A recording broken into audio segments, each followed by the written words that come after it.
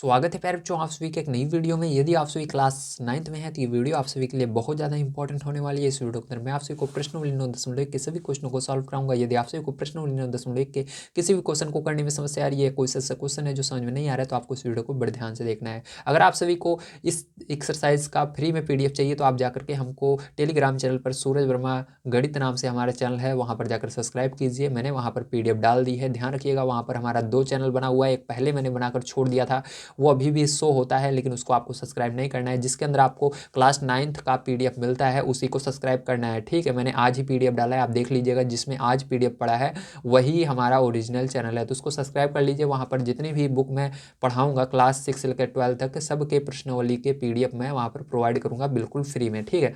तो जा करके सब्सक्राइब अवश्य कीजिए।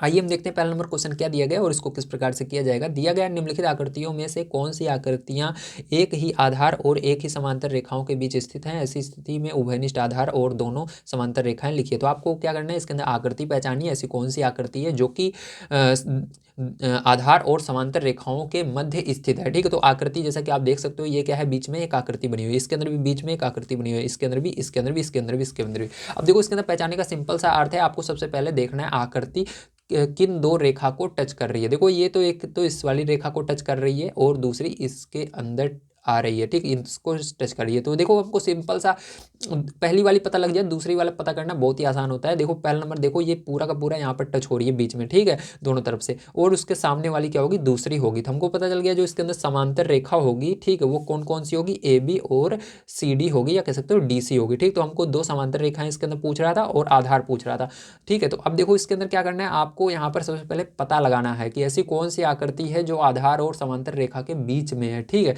तो इसको पता करने का सिंपल सा अर्थ है, आपका क्या होना चाहिए, दोनों साइड टच होना चाहिए और जो एक रेखा होगी उस पर कहीं ना कहीं टच होना चाहिए, ठीक है। साइड में नहीं, बीच में कहीं ना कहीं टच होना चाहिए। तो देखो इसको देखते हैं। तो देखो ये वाली क्या हो रही है आकृति, ये साइड में यहाँ पर टच है और यहाँ पर बीच में टच है, ठीक है। हो सकता है ये लाइन कभी कभी होता है ये एक जगह टच है, देखो ये इधर भी टच हो सकता है, ये वाली लाइन जो है यहाँ पर हो सकती है, ये वाली यहाँ पर, लेकिन टच होनी चाहिए कहीं ना कहीं, ठीक है। एक पास में नहीं होगी तो कोई दिक्कत नहीं है, लेकिन इस पर कहीं ना कहीं टच होनी चाहिए दोनों, चाहे C वाली यहाँ पर टच हो, D वाली यहाँ पर टच हो, लेकिन ये तो बिल्कुल पास में टच हो रही है तो कोई बात नहीं। ये वाली हमारी क्या होगी, ये आकृति ऐसी है जो कि हमारी आधार और समांतर रेखा के बीच में बनी हुई है, ठीक। तो ये पहला हो जाएगा इसके अंदर। अब ये वाला नहीं होगा क्योंकि देखो ये वाली यहाँ साइड से टच कर रही है, लेकिन इस समांतर रेखा को ये पूरा टच नहीं कर रही है, बीच में ये बंद है, ठीक है, यहाँ पर टच नहीं कर रही है। अब ये वाली देखो, ये वाली क्या है, यहाँ पर बीच में टच कर रही है, तो हमको पता चल गया ये वाली समांतर रेखा होगी, ये वाली, तो ये दोनों समांतर रेखाएं होंगी, ठीक है, इसके अंदर। तो ये पहली समांतर रेखा ये वाली होगी, दूसरी ये वाली होगी, और इसके बीच में देखना है ये आकृति क्या हमारी जो है समांतर रेखा और आधार के बीच में बनी हुई है। तो देखो इसके अंदर देखो ये बीच में टच कर रही है और इधर साइड साइड में, जैसे ये वाला देखो बीच में और साइड साइड में, तो हाँ ये वाला भी हमारा होगा तीसरा नंबर, ठीक है। और चौथा नंबर देखो नहीं होगा, क्यों नहीं होगा, क्योंकि ये बीच में तो टच कर रहा है, लेकिन यहाँ पर देखो साइड में इसके टच नहीं कर रहा, बीच में टच कर रहा है, ठीक है। तो ये साइड में टच करना चाहिए, तो ये नहीं होगा। अब देखो ये वाला जो है पैर जो, ये देखो साइड में टच कर रहा है और ऊपर देखो यहाँ पर क्या हो रहा है, यहाँ पर ये इधर इधर टच कर रहा है। ध्यान रखिएगा इसके अंदर उल्टा कर दिया गया है, देखो साइड में इधर टच कर रहा है, इसमें सब इधर इधर कर रहा था, लेकिन इसमें इधर कर रहा है, ठीक है।